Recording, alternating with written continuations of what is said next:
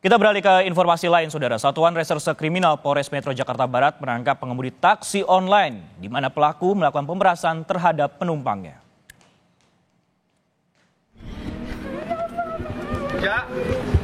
Pelaku menangis saat bertemu keluarganya sesaat sebelum memasuki Polres Metro Jakarta Barat. Ia akan ditahan untuk diperiksa lebih lanjut soal modus dan ada tidaknya sindikat dalam aksinya memeras penumpang. Pelaku ditangkap di kawasan Cempaka Putih, Jakarta Pusat setelah polisi berkoordinasi dengan penyedia layanan taksi online. Kejadian bermula saat korban memesan taksi online dari pusat perbelanjaan di kawasan Tanjung Duren menuju tempat tinggalnya.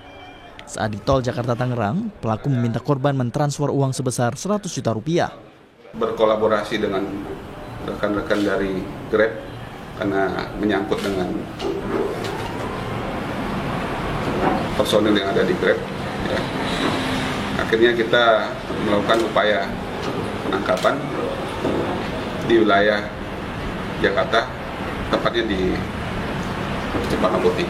Yang bersangkutan melakukan pemerasan terhadap korban pada saat perjalanan dari arah penyebutan awal di Mall Soho yang ada di Santapak, ya, yang rencana akan kembali ke kediamannya di daerah Porinensen. Korban sempat mengunggah kisah yang dialaminya ke media sosial yang kemudian viral dan mendapat banyak komentar dari warganet. Di perjalanan dari pusat perbelanjaan di Tanjung Duren ke rumahnya, tiba-tiba sopir taksi online memintanya mentransfer uang. Korban keluar dari mobil yang tengah melaju dan meminta bantuan tetapi tak ada pengendara yang membantu hingga ia ditangkap pelaku. Korban pun berontak ketika dibawa kembali ke dalam mobil. Pelaku tetap memaksa korban mentransfer uang 100 juta rupiah. Ketika korban menolak, ia diancam pelaku akan dibuang ke sungai. Korban akhirnya berhasil keluar lagi dari mobil dan loncat dari tepi tol yang cukup tinggi hingga luka-luka. Korban pun ditolong warga sekitar. Tim Liputan Kompas TV.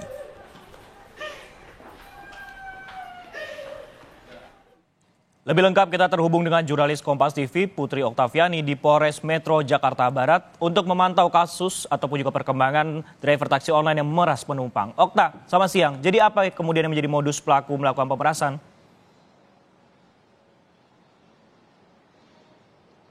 Ya, selamat siang Francisco dan juga saudara. Saat ini masih terus dilakukan pendalaman oleh polisi terkait dengan motif maupun juga sejelas-jelasnya modus operandi oleh oknum mitra taksi online Michael Gom-Gom ini terhadap korbannya yang berinisial CP. Tapi kalau dari penjelasan polisi, jadi pelaku ini menculik, menganiaya juga memeras penumpangnya sebesar 100 juta rupiah. Bahkan diketahui juga saat kejadian pelaku ini sempat mengaku ia merupakan suami istri dengan korban yang sedang bertengkar. Ini ia katakan kepada pengendara lain yang sedang bongkar muat barang di lokasi yang sama. Tapi yang pasti Francisco dan juga saudara, jadi oknum mitra taksi online ini sudah ditangkap polisi, diamankan dan juga ditetapkan sebagai tersangka. Sebelumnya pelaku ini ditangkap di kontrakannya di daerah Cempaka Putih, Jakarta Pusat. Dan kepada pelaku ini diancam atau dijerat dengan pasal 368 KUHP tentang pemerasan dan pengancaman dan hukuman penjaranya ini maksimal 9 tahun.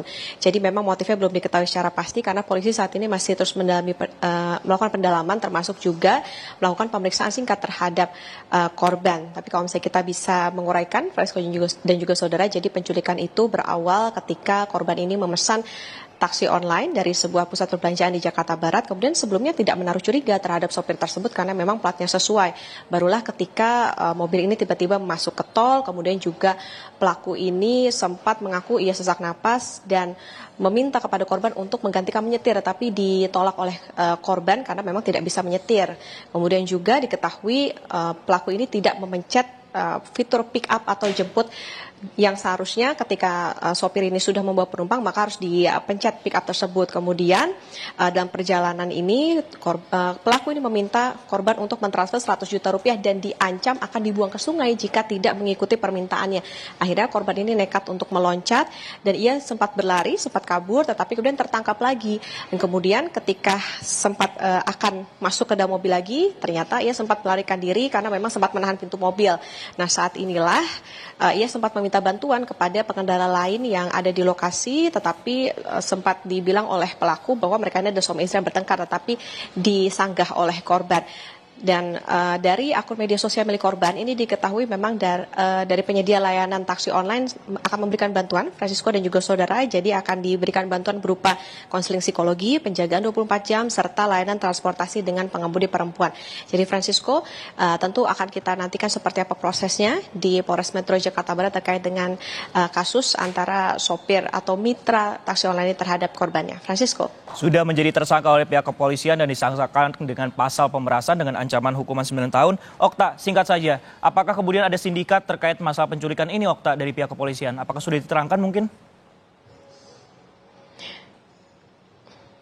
Ya, nah ini Francisco, jadi memang terkait dengan motif pun juga saat ini masih terus digali oleh polisi, termasuk juga apakah ini merupakan sindikat, karena diketahui ketika menjalankan aksinya ini kan pelaku juga melakukannya secara sendiri. Jadi apakah nantinya diketahui ini merupakan sindikat atau bukan, ini yang tentu akan kita nantikan bersama dan kita pantau bersama dari hasil pendalaman polisi. Karena itu tadi baik dari motif maupun juga modus operandi dari pelaku sejelas-jelasnya ini yang nantinya akan masih dicari oleh polisi melalui proses pendalaman, kita nantikan bersama. Francisco. Terima kasih Putri Oktaviani yang melaporkan langsung dari Polres Jakarta Barat terkait kasus penculikan oleh mitra taksi online.